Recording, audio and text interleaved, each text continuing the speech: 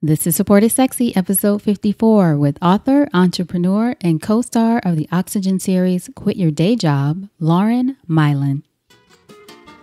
Welcome to the Support is Sexy podcast. I'm your host, Elayne Fluker, entrepreneur, author, producer, and founder of Chic Rebellion Media. 5 days a week, Monday through Friday, I talk to women entrepreneurs who share their journeys and the true stories of their wins and their lessons, and give you insight and inspiration to take your business and your life to the next level. Here we go.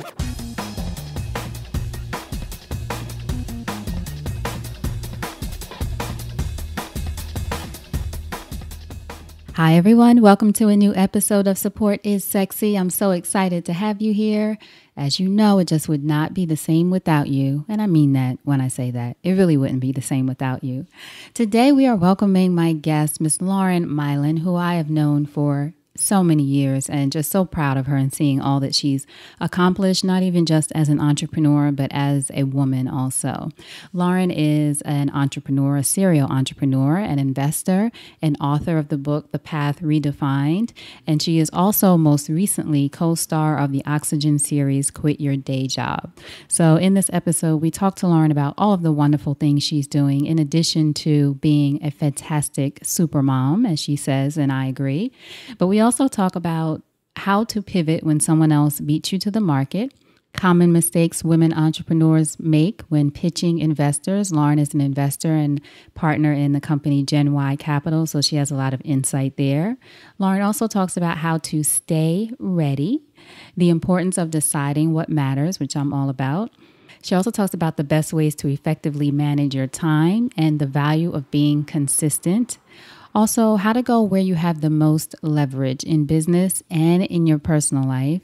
And Lauren also talks about why you should only compete with yourself, which I think is so important, especially now in this age where we see everything else that everyone is doing. And it's so easy to get caught up in comparison mode. I'm guilty of it. We all are. But it's something that we need to focus on, just competing with ourselves. So this episode is full of great advice and insight, and I really enjoyed being able to talk to Lauren. I know so much about her, but getting to hear more of her story, and I think you'll enjoy that too. So without further ado, Lauren Maillian. So Lauren, thank you so much for joining us on an episode of Support is Sexy. I'm glad to finally nail you down and have you here. Thank you so much for having me. I am super excited to be on your podcast. Awesome. So I have to ask you the first question I ask everyone.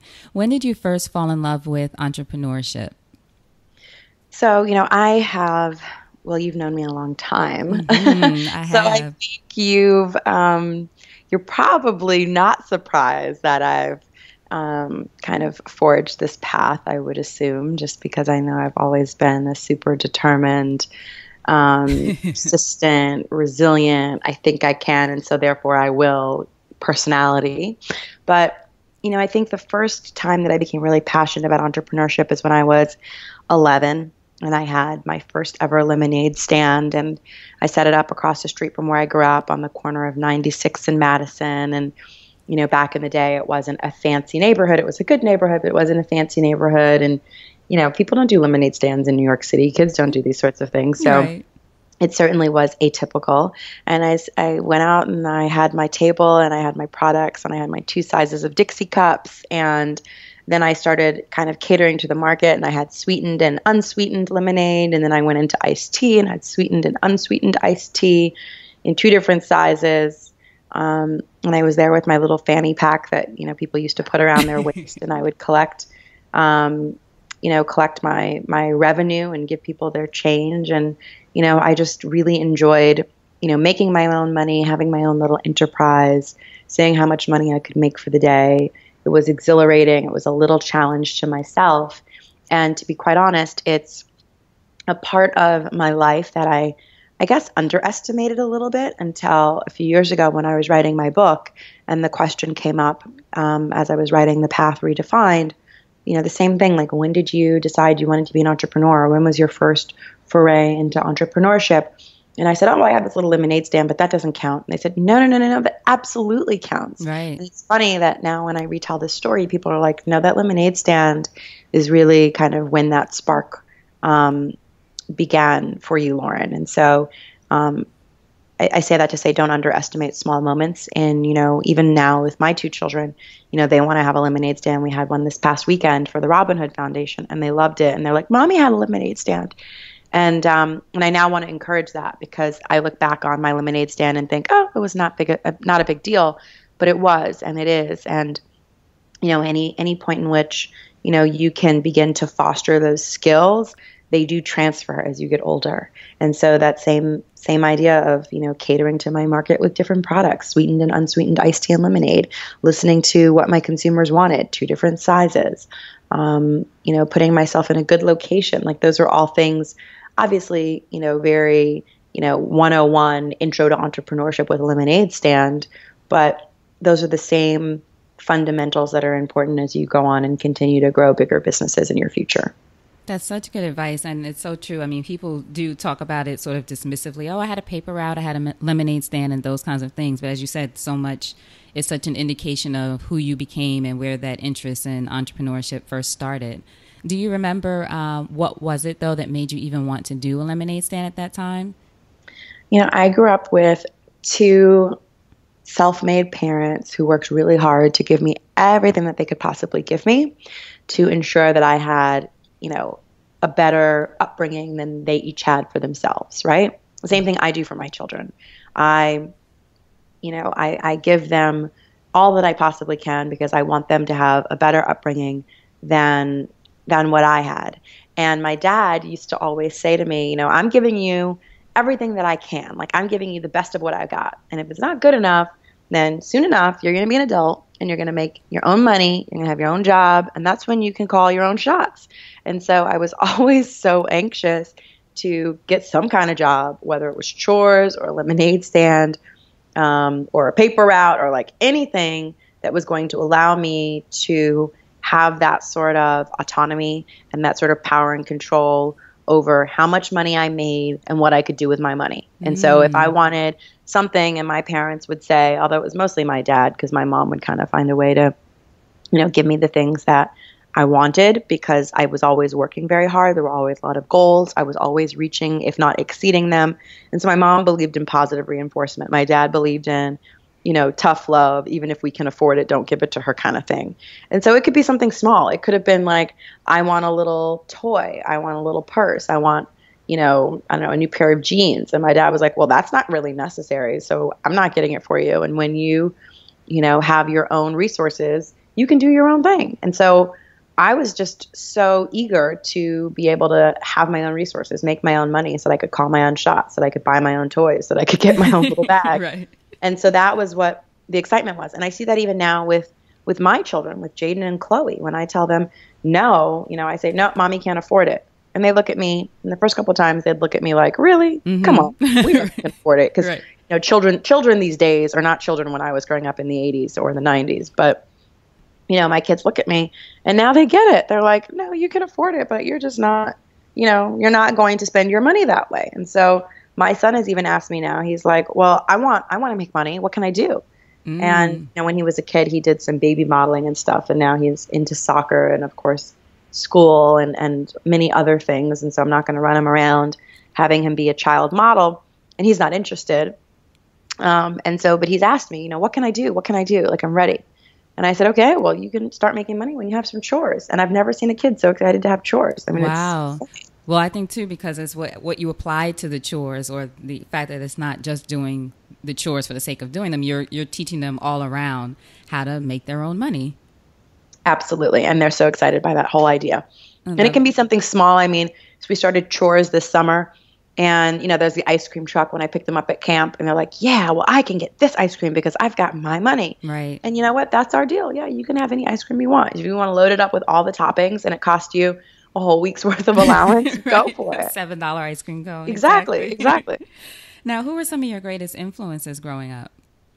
My greatest influences growing up were absolutely my parents.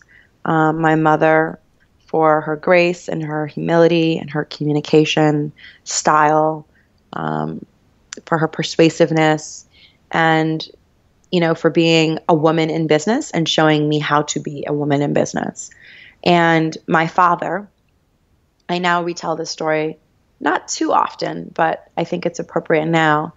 It was interesting because when I wrote my book, my mom was, very instrumental in reading through my manuscripts, giving me her opinion in addition to my entire editing team and my publisher. And my dad is very much like, show me the finished product. I want to see it when it's done. And so I never shared the manuscript with him. I only sent him, the galley copy of the book. So right before we went to print, we print a couple to give for reviews and to editors and things like that. And so I sent my dad a galley. And so it was pretty close to final. We weren't going to make any big changes. And he read the introduction and he was a little taken aback. And I didn't quite understand why.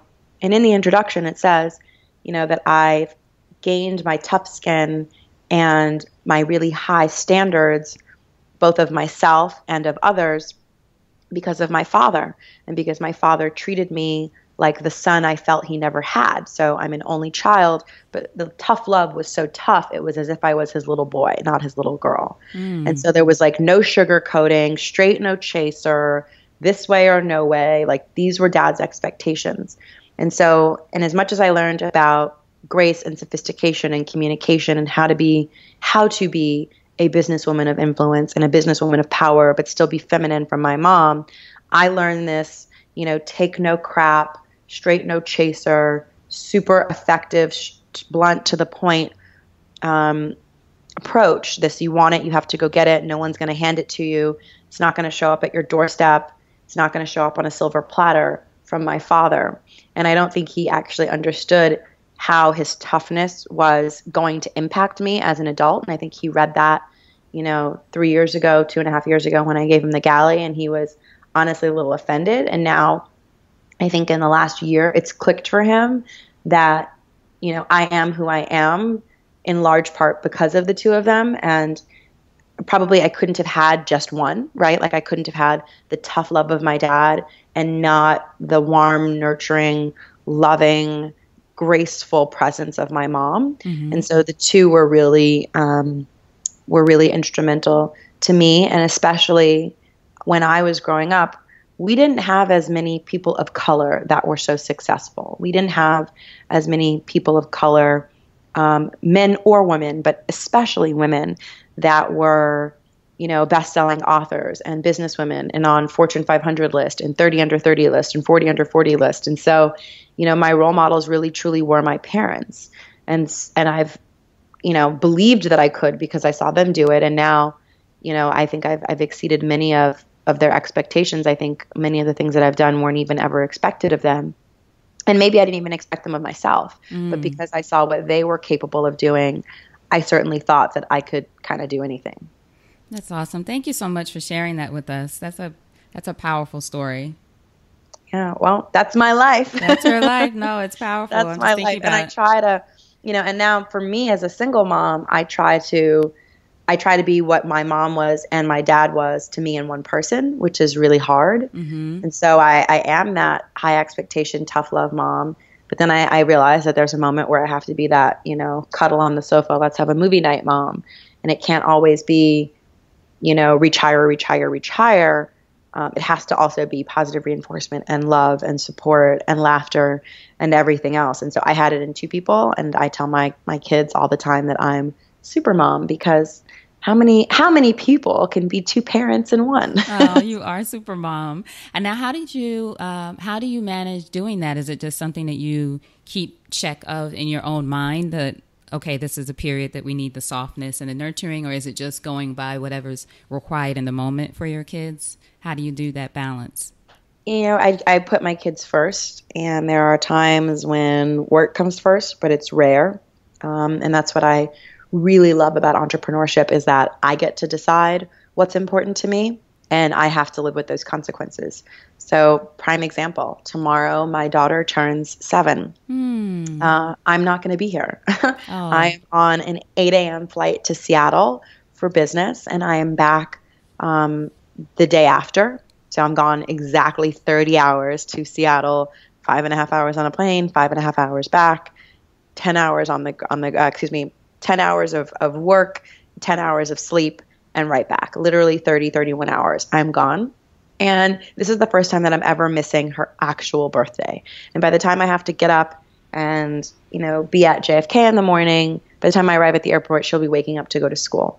And so, but it's important to me. Like in this particular case, it's important to me to fulfill my professional obligation and go to Seattle and do the work that I have to do. That's ultimately necessary. And I have to find a way to make do with my daughter and to kind of negotiate with her to make sure that I'm still a good mom in her eyes. And so the result is that today I'm hopping off of this call with you from doing this podcast, and I am going down to meetings downtown, and then I have a lunch meeting, and then I'm coming back uptown to pick up cupcakes and meet my nanny to go do a birthday celebration at her school one day early. And then I will kiss her before I leave tomorrow morning for the airport, even though she'll be asleep. And then I'm hosting 10 girls at my house on Friday, day after her birthday, her real birthday, for a sleepover and a party. So you make it work. I'm just, you have to weigh what's most important.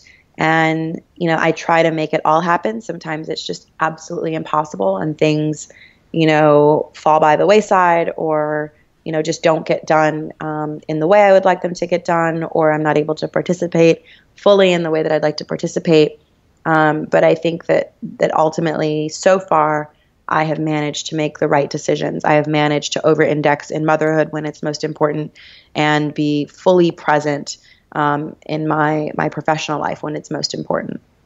That's awesome. I remember being I talk about this often, at a meeting, I think it was 2008. I was at iVillage at the time, and there was an event, and the president of the company, a woman at that time, was asked, how does she balance it all, which everyone always asks women. And I remember she said, you have to decide what matters and what doesn't. If it matters, make it matter a lot. If you decide it doesn't matter, then it shouldn't matter at all. And I always remember that from that many years ago. So the things that matter, you make them matter a lot. And as you're doing, your daughter's birthday obviously matters a lot, and you figure out a way to make that work. Yeah, absolutely. I always say, go where you get the most leverage. And that applies for me to my work life, and it applies to my personal life.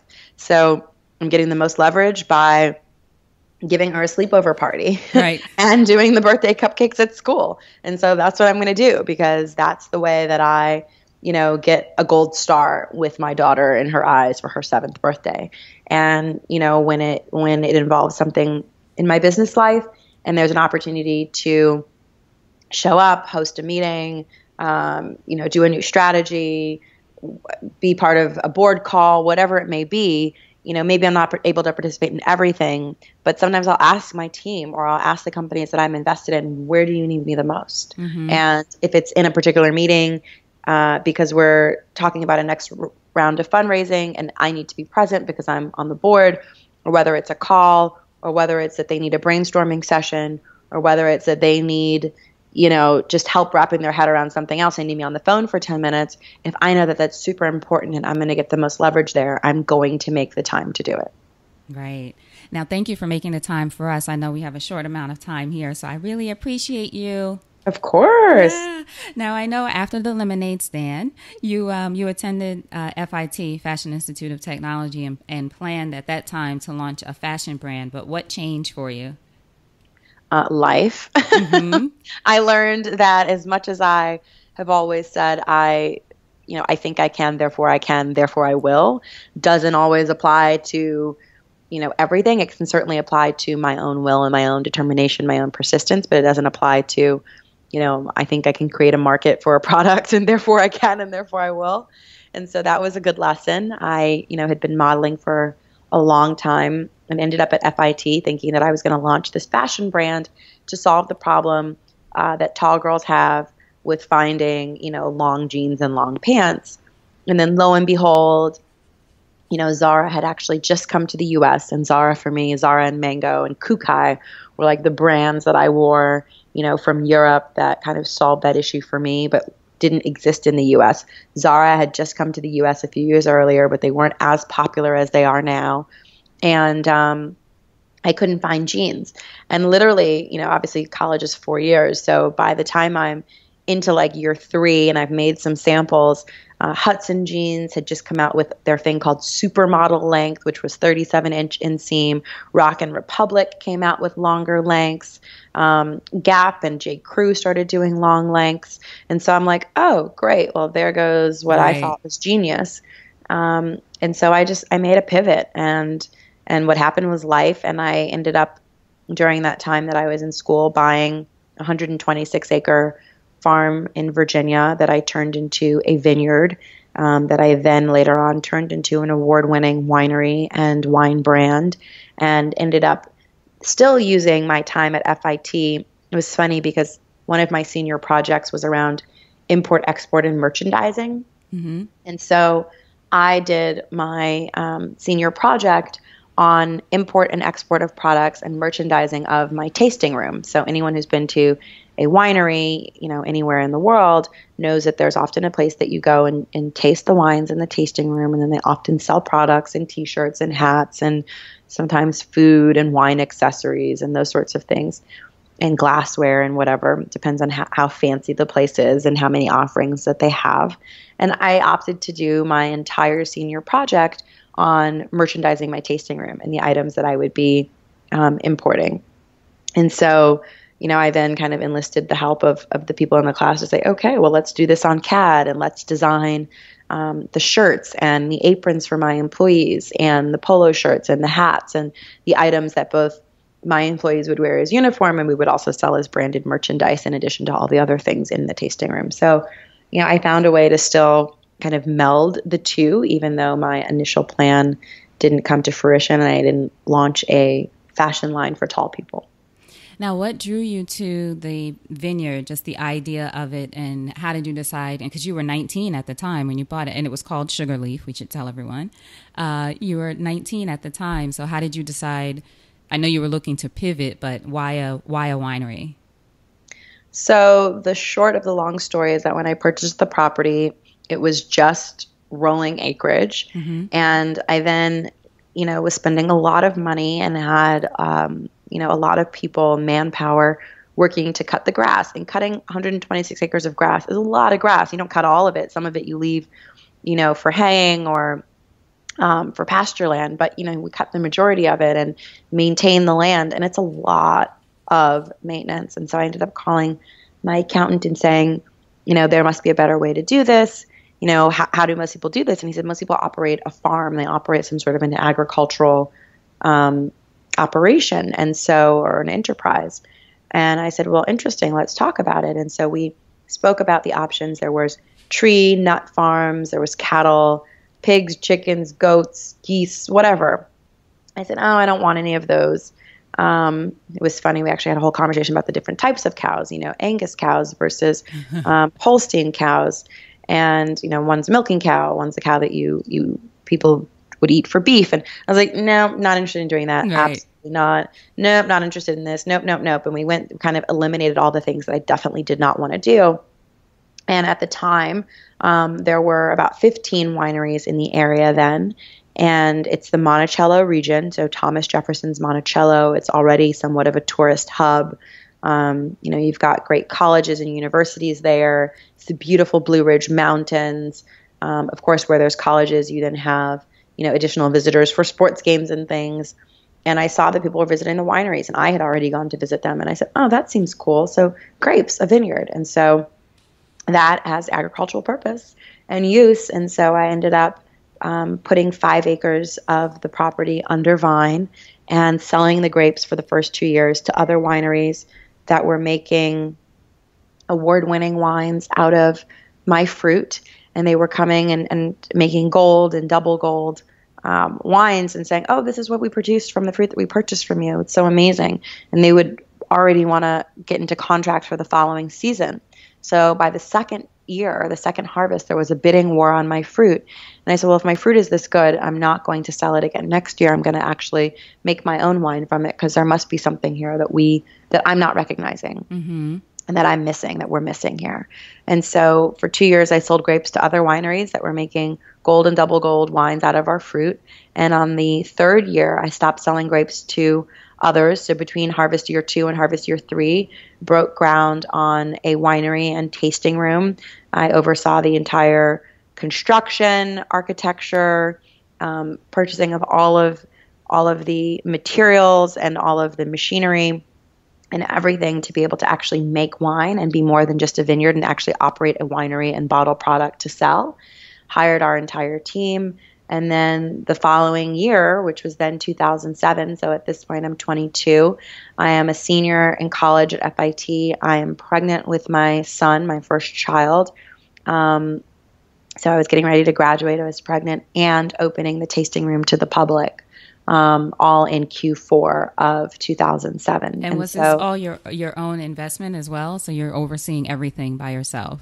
Yep. This was all my own investment, my own cash, no outside investors whatsoever to make this happen. And it was amazing. And we had, much better reception than I could have ever anticipated, and just great success right out of the gate. I was really lucky to hire incredible people, meet incredible people, and really be in a very supportive industry. Funny enough, the winery world is actually quite supportive.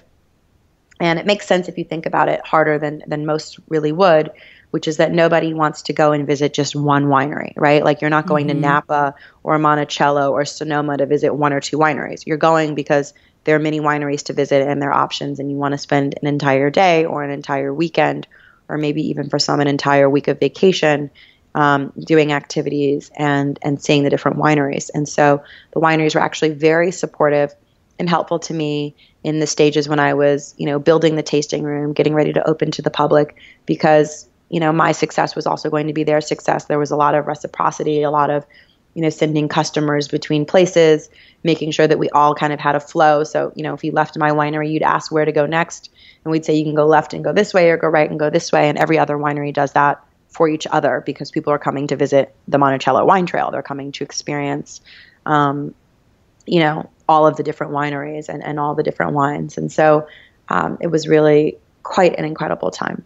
And the Sugarleaf was ended up being an award-winning winery, as you said, right?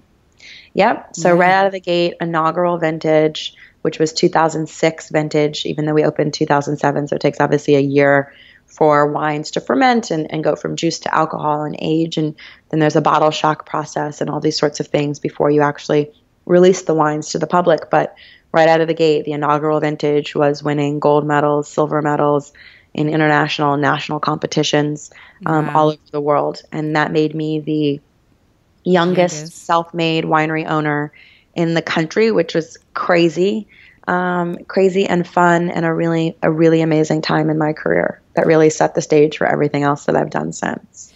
Now, during that time also, as we say, life keeps lifing. So on your personal side, I know you were going through a period where your marriage was ending. And I remember you wrote, or I saw that you wrote, I could smile in photos, but was breaking inside, unsure if I could chart the path ahead alone. How did you transition, or how did you make it through that time when you were having such success in your business, and then on the personal side things were transitioning? Because I feel like a lot of us, as women especially, go through that. There's life keeps lifing, and you have to figure out how to get through both. Yeah, so everyone has different ways of coping, and my coping mechanism was that my closest friends knew, and less than 10 people, so closest friends and family knew. And I would break down with them when I needed to break down, which was often. I would cry and hurt with them when I needed to cry and needed to hurt, which was every day for like the first year. And professionally, I told no one. And that was my choice. I didn't want anyone to know. I didn't want anyone to question my ability. I didn't want anyone to question, if I could handle what was coming on my plate. I didn't want anyone to question if what I was doing was, overwhelming for me. I didn't want anyone else to tell me if I was or wasn't capable. Right. I didn't want anyone to assume that I couldn't be, 150% in on a project because I was going through a divorce. I didn't want anyone to question if they were asking too much of me and kind of say, oh, well, we pity Lauren, or oh this or oh that. I really wanted to keep, I wanted to regain who I was professionally. I felt like I had lost it. I felt like I needed to continue to have additional successes that I created on my own to just regain my confidence. Right, wrong, or indifferent, it's how I felt. And so the result was pour yourself into your work, pour yourself into your work, pour yourself into your work. And when I finally told people what I was going through, it was a year and a half later, maybe even 2 years later for some. And I knew exactly what was happening. And so I think part of it was also, a time of denial, like, oh, maybe I won't really get divorced. Maybe things will work out. Maybe, I don't know, things will change. And so there was that period. And then it was like, no, I'm getting divorced. This is happening. And when I finally told people, I felt secure enough in my professional life and standing and with whatever responsibility was on my plate that I had already, kind of demonstrated that I was okay and that I could absolutely do this. And when I told people, the response was just amazing, because it was, oh my God, you've been going through this for 2 years and you never told us. We had no idea. Thank you for bringing your full self. Thank you for giving us all you've got. Thank you, thank you, thank you. And so I think a lot of people that I worked with during that time and that I've continued to work with have such a level of respect for me and my work ethic and my integrity that I continued to show up and give 200% and exceed expectations, even though I was going through this horrific divorce. And I think, thank you for sharing that with us. I think what's important too, what you mentioned though, during that time, you did have that close group of friends, family, some space where you could have those moments, whatever you needed to vent, break down, etc., to support you, and then in your business continue. It wasn't like you tried to pretend for everyone. Yeah, no, I mean, there's no pretending. Right. I don't believe in pretending, but I do believe that you get to decide what you want to share with the world, what you want to share with your networks. And I wasn't ready to share. Yep, totally get it. So now since then, you have redefined, quote unquote, redefined your own path and started your marketing company. And you also were part of founded Gen Y Capital Investors to invest in tech companies. And you also wrote the book, as you mentioned, The Path Redefined, Getting to the Top on Your Own Terms. Now, you still have all of those things going in the works, still managing all of that and speaking and everything else? Yep. Yeah. So, life is really, really busy, doing more and more in media. So also had a TV show on Oxygen called Quit Your Day Job. Yes, I'm going to ask you about that. Yeah. So first, how important is it, though, for us to live on our own terms? Because that's something you have absolutely in demonstrating in your story and then certainly in your life and the many things that you do. I think it's really important to live life on your own terms. I think it's important to, set your own bar of excellence and your own expectations. And I think it's important to, to constantly compete with your best self. And that's what I strive to do every day, is to compete with, the best version of myself. And hopefully I was that person yesterday. And you know what, there are days where I wasn't the best version of myself the day before, but I strive to be better than I was yesterday anyway.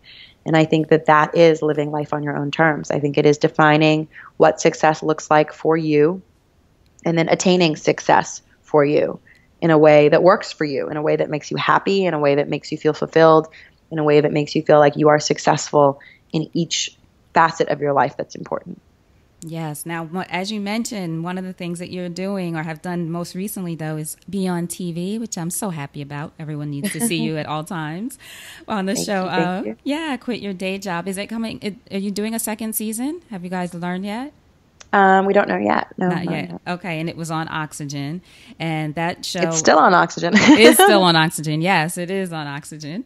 On the show, it's you and your 3 co-hosts or co-investors, I should say, and you look at different companies and startups and businesses and decide what you want to invest in. So it's not Shark Tank. It seems like you guys are much more involved with the companies from an early stage. Yeah, so it's its own show, and it is a new take on, showing what it is like to be an angel investor and also showing what it is like to be an entrepreneur trying to get angel investment from myself and my 3 co-stars. And so it really takes a deeper dive than what you generally see on TV into, exactly what a due diligence process might look like, how investors might view your pitch and your company, ways that you might be able to pivot or improve. And then we challenge the entrepreneurs that come on our show, and you get to see how they respond to that challenge. They either, rise to the task and impress us, or they, kind of crumble under the pressure, or they forget details. So you get to see the different ways that each entrepreneur interacts with us and what we think of and expect of them as well. And so it really gives some great insight into the world of entrepreneurship and the world of investing. What do you think what would you say are three things that women entrepreneurs need to know when they're looking for investment? Whether it's three things they need to know or just three mistakes we often make when looking for investors?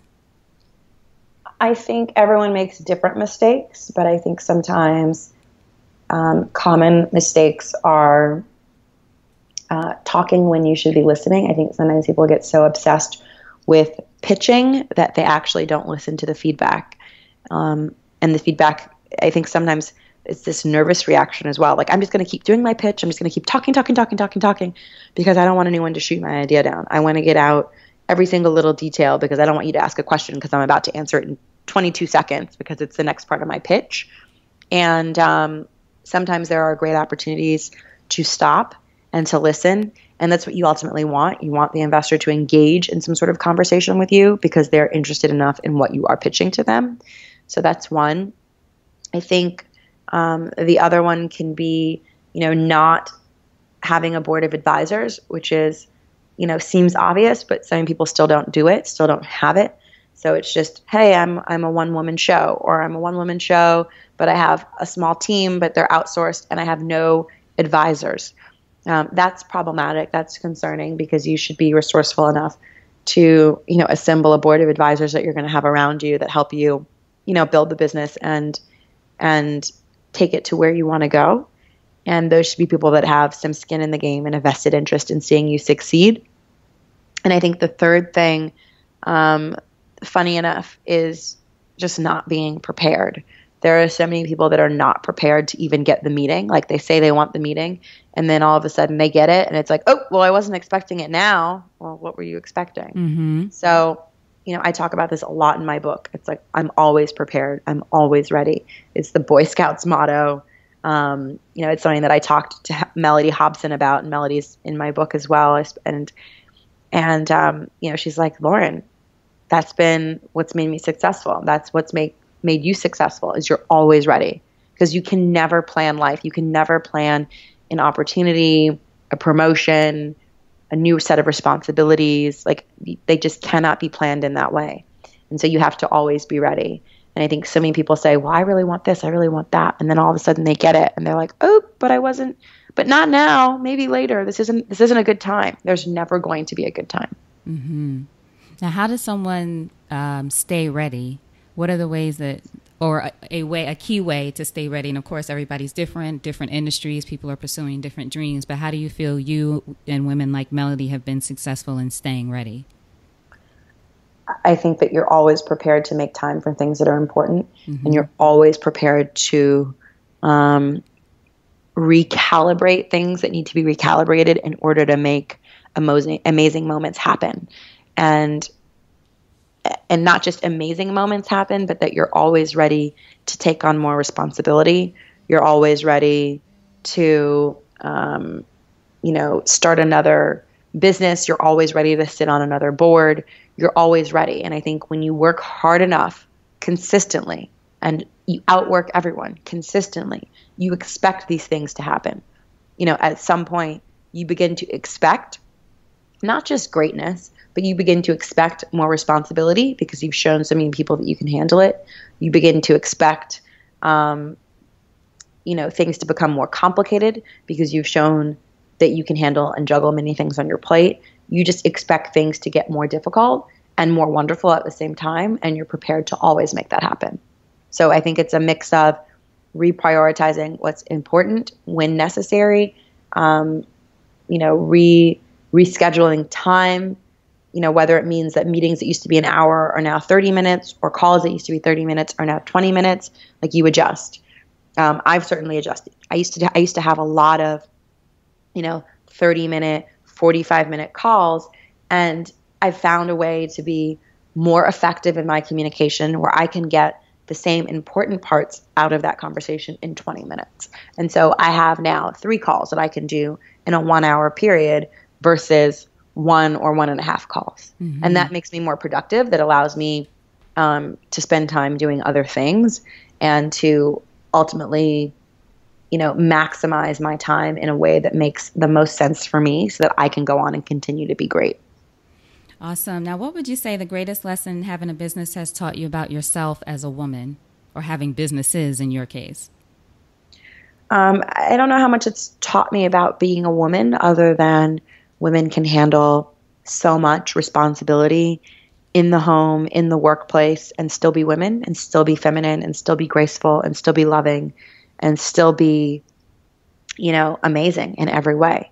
And I mean, if anything, that's what it's shown me about womanhood, is that women are capable of doing so much, and sometimes more than we think we are capable of, and that we very rarely buckle under pressure, that we can make pressure look so graceful and so beautiful and so sophisticated, is probably what I've learned. But I don't know that I've learned it just from work. I think I've also learned it from single motherhood. Mm-hmm. I think single motherhood has undoubtedly made me a much better businesswoman.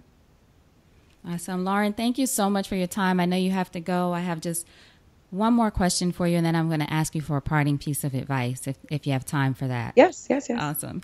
If you think over your life and career and you had the chance to thank only one person whose support was critical to you personally or professionally, who would that be, and what would you say? I would say Ed Matthias at the Carlyle Group. And I would say that he is honest, challenged me and supported me as I was entering the world of venture capital and investing in ways that very few people did. And he challenged me to think differently about approaches to investing.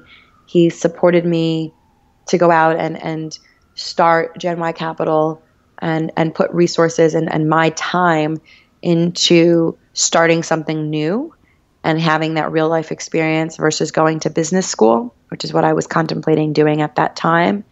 And he's always been a sounding board. He's always been a sounding board for the work that I want to do. He's always been a supporter, and at the right times in the right moments. So when I needed support, he was supportive. When I needed a sounding board, he was a sounding board. When I needed a challenge, he was a challenger. And not because I asked him to be, but because he kept in such close contact with me that that's what he thought I needed at that time. I love it. Thank you. Now, how can we support you? What are the things that we can do to support you? Tell everyone where to go to find out more about you and all of that great stuff. Your website, social media. Yeah. So I am at Lauren Maillian. So LaurenMaillian everywhere. So at Lauren Maillian on Snapchat, Instagram, Facebook, Twitter. I do a lot of Instagramming and a lot of snapping and Instagram story now. Your Instagram's gorgeous. Thank you. So that is kind of where I put up a lot of things that I'm doing and thinking about and inspired by, and hope to also inspire everyone else. And then for me, Instagram story and Snapchat is really, a behind the scenes of my life. So if you want to see how I juggle work and motherhood and travel and home and life, that's the place to do it. That's the place to go. And then you're speaking a lot more too. Are there places, is your website the best place to go to see where you're speaking, or how can people find that out? So a lot of the speaking things, again, they also end up in social. Okay. A lot of the events and conferences and things that I'm speaking at, I don't necessarily kind of promote on my own. Some of them are, going to speak at events that are closed to the public, like going to speak at a corporation, or going to speak at a university.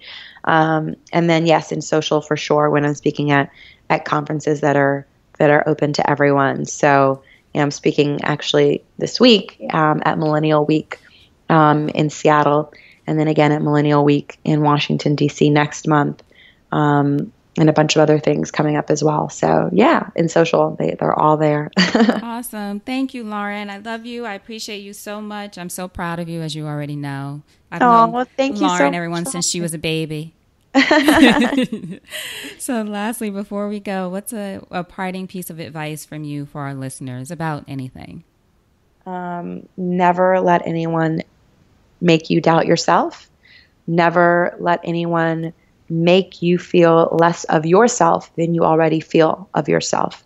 Always hold your standard for excellence as high as you possibly can, and keep your boundaries where they are and learn to work within them to the extent that you need to in order to kind of play by someone else's rules until you're in a position to make or break the rules yourself. Awesome. Lauren, thank you so much. Hold on just a second, okay? Yep. All right. Thank you so much for listening to that episode of the Support is Sexy podcast. And I do hope that you got some inspiration from it. And the challenge is for you to do at least one thing. Take one thing from the episode, at least one thing. You can always do more, but at least one thing that will help you move one step closer to your dream. Whether that's launching a business, writing a book, whatever that thing is that you want to do, take something from this episode and move one step closer. And what I'll also ask of you, if you can tell me what you think about the episodes, what we've been doing, what you want to hear, what you like, what you experience while you're listening, go over to iTunes, leave us a review, and let me know what's going on. What are you thinking? What are you feeling about the show? What else can I do to be of service to you, which is what this is all about, to be of support to you. That's our buzzword, right? You can also go to my website, elaynefluker.com/podcast. So that's ELAYNEFLUKER.com/podcast. Hear more episodes there. Also have a bunch of great videos, tons of information. It's where I'm going to be spending a lot of time, and it's where I love to connect with you.